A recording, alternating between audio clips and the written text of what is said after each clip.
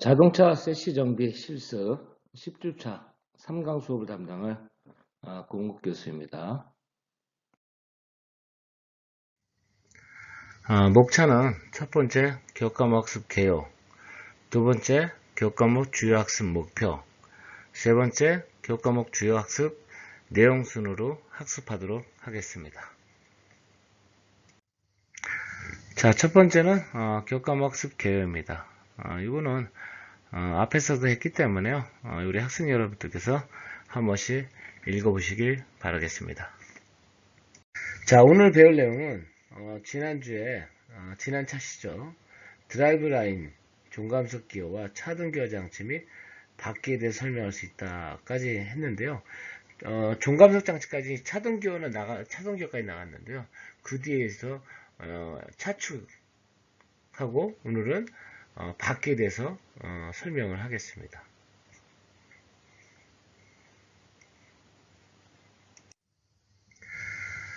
자, 교과목 주요 학습 내용은 첫 번째가 차축입니다.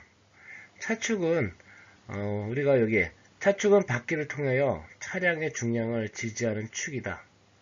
구동축은 종감속 기어에서 전달된 동력을 바퀴로 전달하고 노면에서 받은 힘을 지지하는 작용을 한다 라고 되어 있습니다.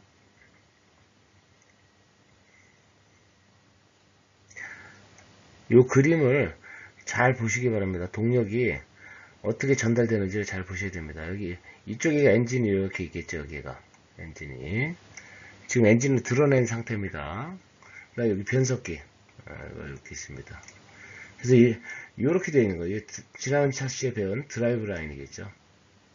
그 다음에 오늘 배울 차축 여기입니다. 자, 그래서 동력은 기존의 FR 차량 같은 경우는 엔진에서 변속기 거쳐서 드라이브 라인에 종감속기에서 X축 이렇게 거칩니다.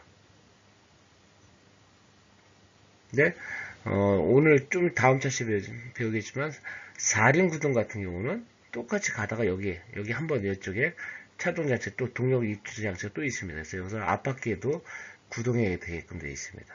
그래서 4륜 4WD라고 합니다. 조금 뒤에 배우실 내용입니다.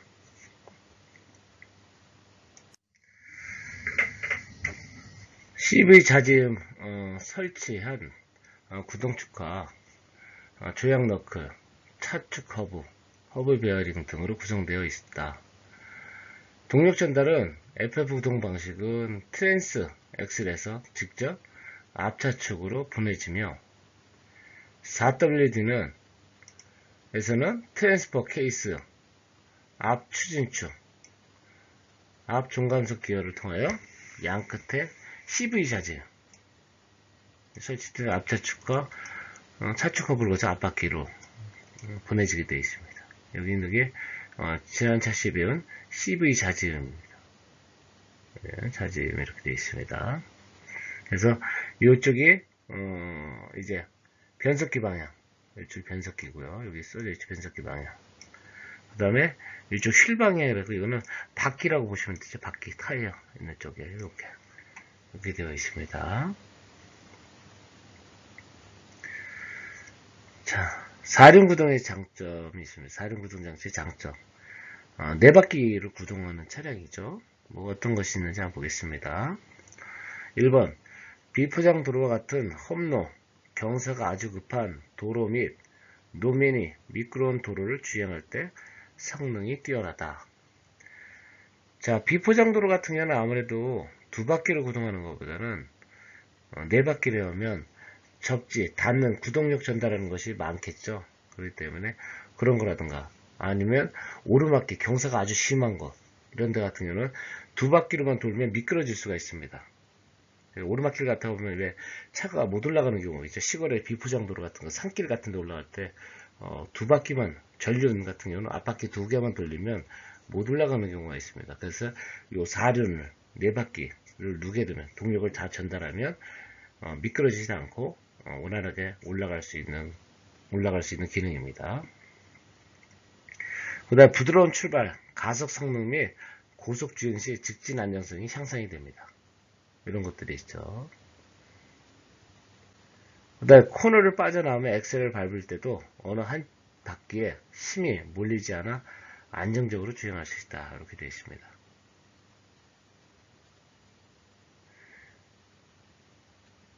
자, 요거는 코너를 빠졌을, 이건 왜 그러냐면 이륜 같은 경우는, 그러니까 앞에 전륜 같은 경우는 앞에 두 개만 동력이 전달돼서 그런 문제가 생기는데, 얘는 방금 얘기했죠. 네 바퀴가 다 동력이 전달되니까 안정적인 주행이 가능하다는 얘기입니다.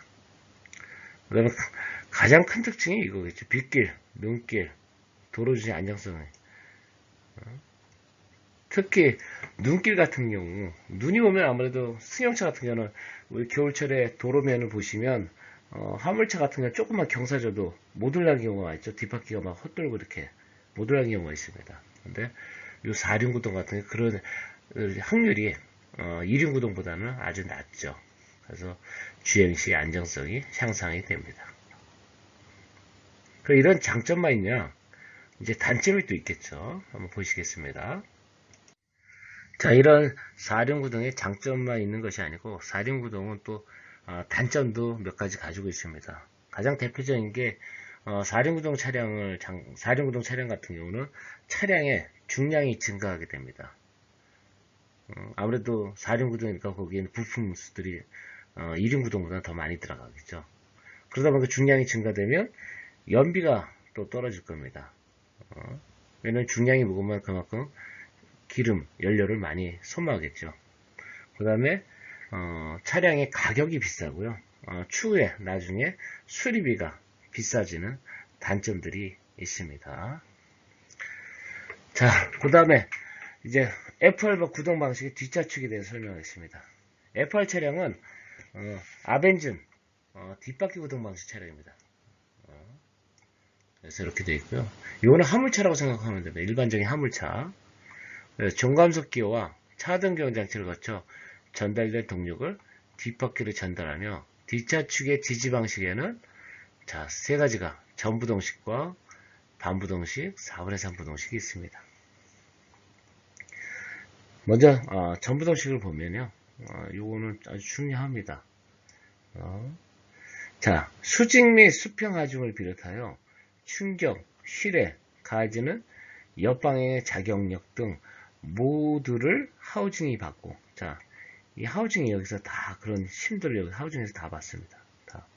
그래서 차축은 동력 전달에 작용만 한다. 이 차축, 이 가운데, 요 차축은 동력 전달, 요 가운데 있는 요거는 동력 전달만 합니다.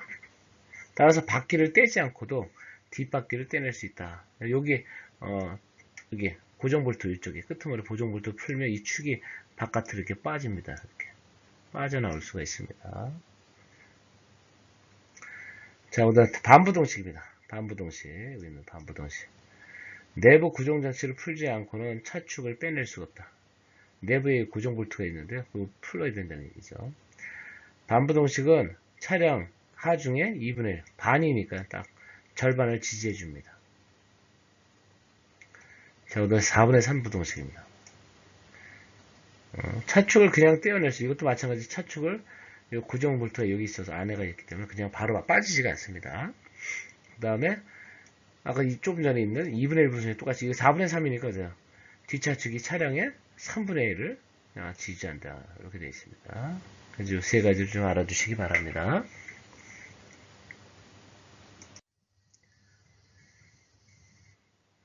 자, 차축 하우징입니다. 하우징. 이렇게 생기고 이렇게. 이걸 하우징이라고 합니다. 자, 차축 하우징은 종감석 기어. 종감석 기어는 요거, 지난 차시 배웠던 요걸 종감석 장치라고 합니다. 차등기어 장치. 차등기어 장치는 이 종감석 장치 안에 여기 있겠죠. 그 다음에 뒷차축. 이쪽으로 가겠어요. 여기 차축율로. 양쪽으로 이렇게. 뒷차축을 포함하는 튜브 모양의 고정축이며 중앙 부분에는 종감석 기어와 차등기어 장치의 지지를 위해 둥글게 되어 있고 차측 하우징의 종류에는 벤저우형, 스플릿형, 빌드업형 이 세 가지가 이렇게 있습니다. 그림을 보시면 이렇게 중요하진 않지만 참고로 한번 보시면 될 것 같습니다. 자, 이제 바뀝니다. 동력이 이제 종간석 정체에서 X축을 거쳐서 이제 바퀴로 이제 동력이 전달됩니다. 바퀴는 여기는 휠이죠, 휠과 타이어, 여기는 타이어 이렇게 되어 있습니다. 타이어 구성되어 있다. 바퀴는 자동차의 전체 중량을 분담, 지지하고 브레이크 및 주행할 때의 회전력, 도로면에서의 충격, 선회할 때의 원심력이나 자동차가 경사졌을 때 일어나는 옆방향 힘을 충분히 지지하며 또 가벼워야 한다. 자동차 부품은 거의 다 대부분이 가벼워야 됩니다. 무거우면 연비가 불리하겠죠. 연비에 불리하겠죠. 그래서 이 타이어가 아주 자동차에 있어서 아주 중요한 겁니다. 이 타이어 이렇게 안전에 아주 직결되는 문제가 되겠죠. 그래서 이런 것들이 이 타이어가 차의 하중을 분담한다는 거예요. 차량 중량 하중이겠죠. 지지한다는 거. 그 다음에 여기 안에 브레이크 장치가 또 있겠죠. 브레이크. 그 다음에 도로면 충격. 자, 우리 충격은 여기 요 공기 요 안에 타이어 안에 보면 공기가 들어있어. 얘가 이 공기로 인해서 충격을 흡수해 줍니다. 선회할 때 원심력이라든가 이럴 때 이런 것들을 다 이 타이어에서 받아주게 되어 있습니다.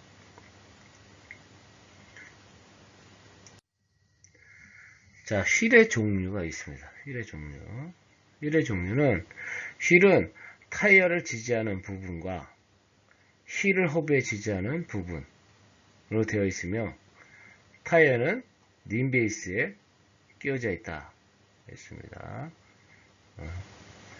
자, 종류에는 어떤 것들이 있냐면 디스크 휠이 있습니다. 자, 이건 초기 모델이죠. 영방판을 프레스로 성형한 디스크를 리벳이나 용접으로 접합한 것이다. 강도가 좋고, 자, 강도가 좋죠. 구조 간단합니다. 대량 생산이 하나죠. 그래서 대량 생산이 가격 때문에 가격이 어떻게 돼요? 값이 싸겠죠. 근데 단점은 이 연각판을 했기 때문에 중량이 무겁습니다. 그래서 이 중량이 무겁기 때문에 이 무게를 줄이기 위해서 구멍들을 많이 뚫어놨습니다. 구멍을 뚫으면 그만큼 뚫린 만큼의 중량이 빠지겠죠. 그래서 이렇게 디스크 휠이 그런 구조로 되어 있습니다. 이 그림은 다음 장에 나오니까 좀 이따 그걸 보면 되겠습니다. 자, 스포크 타입 휠입니다. 링과 허브를 강철선에 스포크로 연결한 것으로 자전거의 휠과 같은 구조로 되어 있다. 구조만 그렇습니다. 실제로 자전거 휠 보면 자전거 살이라고 하는데 그거보다 훨씬 많이 굵죠. 근데 그냥 구조는 그렇다는 것만 알고 계시면 됩니다. 자, 그러다 보니까 스포크로 이렇게 연결되면 중량이 많이 안 나가겠죠. 탄성이 좋고, 그 다음에 중간에 빈자리가 많으니까 냉각 성능이 우수합니다. 자, 그러나 구조가 좀 복잡하고요. 변형되기가 쉽습니다. 그래서 정비하기가 어려운 단점이 있습니다. 자, 요거 지금 초기 위에 나왔던 1번이면 디스크 휠 연강판 여기 돼 있고 무게를 줄이기 위해서 이렇게 구멍을 이렇게 뚫어놨죠. 이렇게 이런데 구멍을 이렇게 뚫어놨습니다. 중량을 줄이기 위해서 지금 거의 안 나오죠. 그 다음에 스포크 이렇게 돼 있는 거 스포크 있죠. 자, 그다음 3번에 이제 DC 타입입니다. DC 타입 요겁니다. DC 타입 휠 디스크를 완전히 막아 놓은 휠을 말한다. 저식전이 생겨서 DC 휠이라고 부른다. 디스크 냉각에 도움이 되며 디스크 냉각에 도움이 되지 않고 무게도 무거워서 현재는 잘 사용하지 않는다. 휠을 전체를 이게 덮어버립니다. 덮어버리니까 저항 같은 거는 적게 걸리겠죠. 공기 저항이.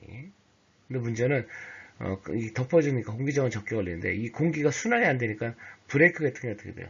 열이 쌓이겠죠. 열. 그래서 그런 발열이 잘 안 되는, 냉각이 잘 안 됩니다. 그 다음에 또 이 통으로 이렇게 만들다 보니까 무게가 많이 나가게 되어 있습니다. 그래서 지금 사용하지 않고 있습니다. 다음 장에 나오는 메시 타입, 핀 타입을 한번 우리 학생들이 에어로 타입, 요즘 그 전기 자동차나 하이브리드 거의 이런 식으로 많이 하죠. 타이어를 아마 많이 보실 겁니다. 그래서 이거 참고로 이렇게 보시고 다음 장에서 알려드리겠습니다. 네. 자, 메시 타입입니다. 스포크힐에서 좀 더 복잡하고 정교하게 변형된 디자인으로 5에서 6개 스포크 힐보다 스포크 숫자가 훨씬 많아서 휠 자체의 내구성이 뛰어나다. 이렇게 되어 있고요. 자, 핀 타입 휠.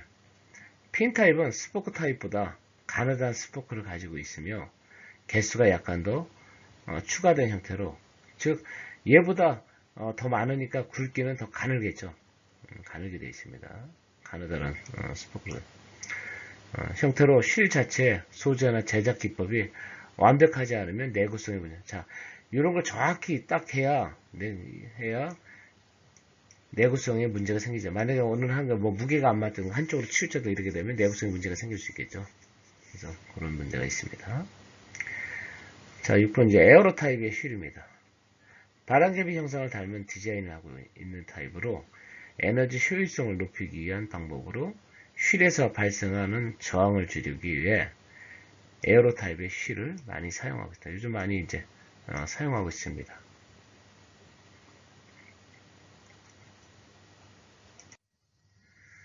자, 휠의 소재는 스틸, 휠 강판. 제작비는 저렴하겠죠. 그 대신 무게가 무겁습니다. 지금은 휠은 저희 안 쓰죠. 스틸은. 알루미늄 휠. 가벼우면서도 주조, 단조 기술이 향상과 더불어 합금 기술 향상으로 높은 강도까지 갖추고 있다. 알로이 휠은 알루미늄의 강도를 보강하기 위해 마그네슘과 같은 부재료를 섞어서 합금을 한다. 이렇게 되십니다. 그래서 이렇게 되어 있고, 티타늄. 요즘 티타늄 이렇게 쓰고 있는데요. 티타늄은 알루미늄보다 조금 더 가벼우면서도 성질의 변형이 적고 안정성이 높으나 가공상의 까다로움과 원재료 가격의 차이로 인해 알루미늄보다 가격이 비싸겠죠. 근데 어쨌든 제품은 이런 것들이 있기 때문에 좋기 때문에 이런 걸 많이 쓰고 있습니다. 마그네슘. 알루미늄보다 월등히 가벼운 소재로 엄청난 무게와 충격을 견디지만 단점이 가격이 너무 비쌉니다. 주저의 경우 제작 방식도 까다롭고 만들기도 어렵겠죠. 만들기도. 합금에 부재료를 사용하여 100% 마그네슘 휠의 경우에는 대부분 단조 방식으로 제작하여 레이싱카 등에 사용합니다. 일반인들에게 비싸서 물론 사용하는 분도 있겠지만 많지는 않죠.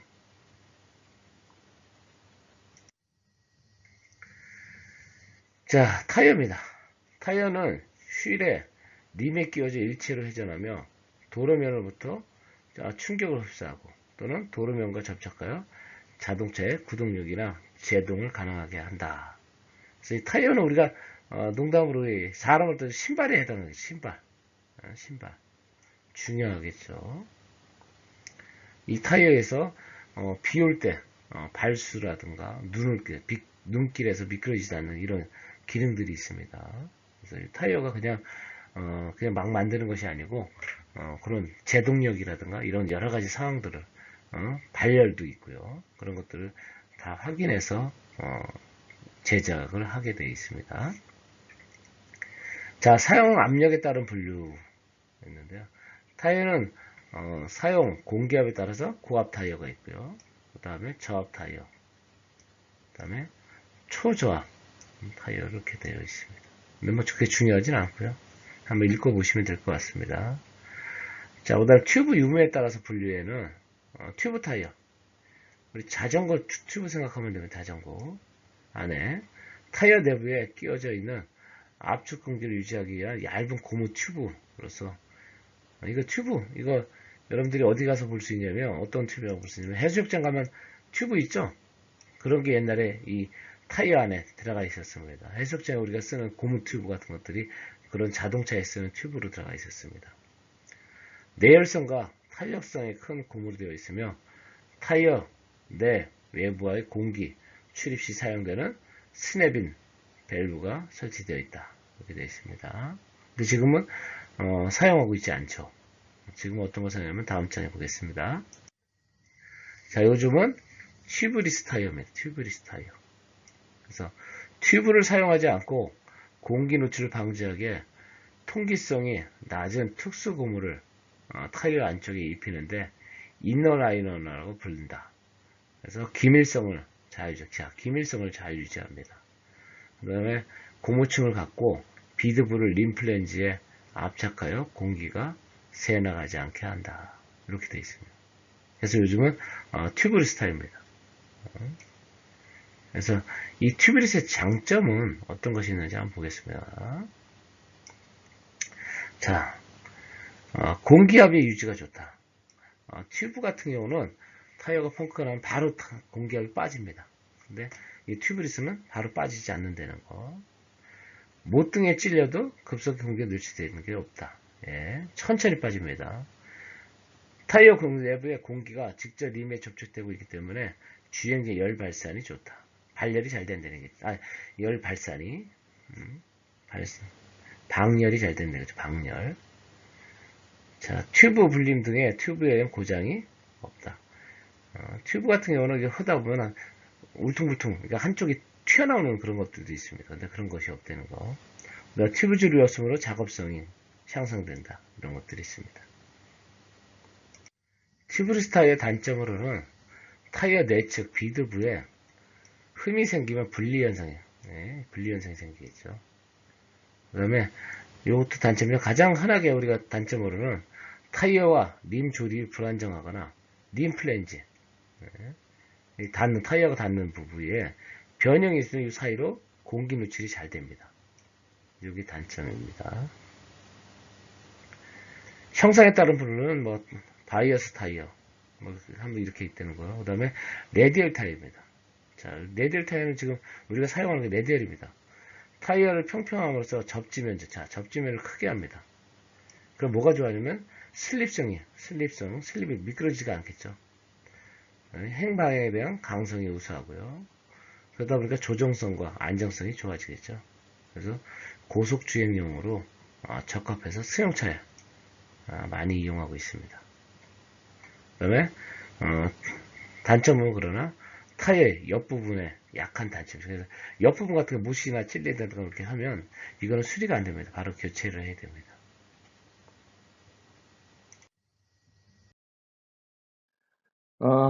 타이어 이제 그림을 보시면 타이어 형상의 분류가 나옵니다. 그래서 보시면 이제 바이어스 타이어가 있고요, 레디얼 타이어가 있습니다. 그래서 이렇게 차이가 보면 요즘 대부분의 레디얼 타이어를 많이 쓰고 있는데요. 좀 옆에가 보강이 많이 돼 있죠. 그래서 보시면 자, 이 그림을 한번 보시고요. 편평 타이어에 대해서 한번 보겠습니다.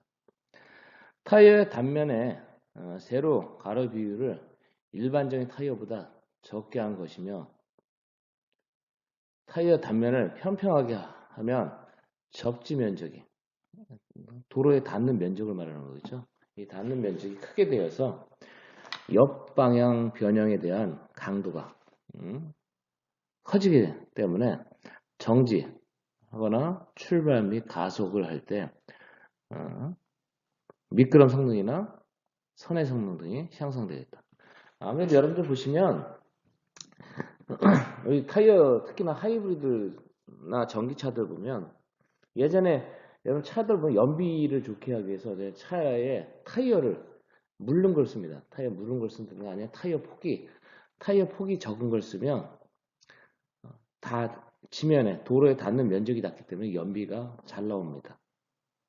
그래서 이런 것들 때문에 그렇습니다. 그래서 이 접지 면적이 넓으면 연비는 떨어집니다. 연비는. 근데 제동 성능이라든가 조향 성능, 뭐 그다음 미끄럼 이런 성능이라든가 이런 거에서는 상당히 좋습니다. 그래서 그런 차이가 있습니다. 그래서 너무 이게 너무 넓어도 접지 면적이 너무 넓어도 문제고 또 반대로 너무 좁아도 문제입니다. 그래서 적당한 그 메이커에서 말하는 그 차의 사이즈가 있습니다. 그래서 그 사이즈 것을 맞는 것을 끼우시는 게 가장 좋을 것으로 봅니다. 자, 이제 스노 타이어입니다. 스노 타이어. 이제 겨울에 스노 타이어를 쓰는데요. 겨울에는 보면 이 스노 타이어 눈길이나 빙판길 등에서 접지력을 높인 타이어이다라고 되어 있습니다. 그래서 요거는 여러분들 스노 타이어 같은 경우는 어쨌든 눈이 오면 뭐 도시에서는 눈이 와도 워낙에 제설이 잘 되어 있기 때문에 그렇지 않은데 뭐 시골 강원도라든가 뭐 이런 시골 산길에 가면 이 스노 타이어가 꼭 껴야 되겠죠. 왜냐면 스노 타이어는 뭐냐면 일반 타이어에 지금 보시면 예를 들어서 이 홈이 일반 타이어 홈들이 이렇게 요 정도 되잖아요. 요 정도 되는데 스노 타이어는 홈이 더 넓은 거예요. 그래서 눈을 이렇게 움켜잡을 수가 있습니다. 그래서 접지력을 좋게 하는 것이 스노 타이어입니다. 그래서 이렇게 되어 있고요. 그래서 여름철에는 쓰면은 아무튼 연비 같은 게 떨어지겠죠. 승차감도 별로 안 좋죠. 스노우 타이어는. 그래서 겨울철에만 이제 쓰신다고 보시면 되겠습니다. 자, 여기까지 해서 오늘 수업을 마치도록 하겠습니다. 수고하셨습니다.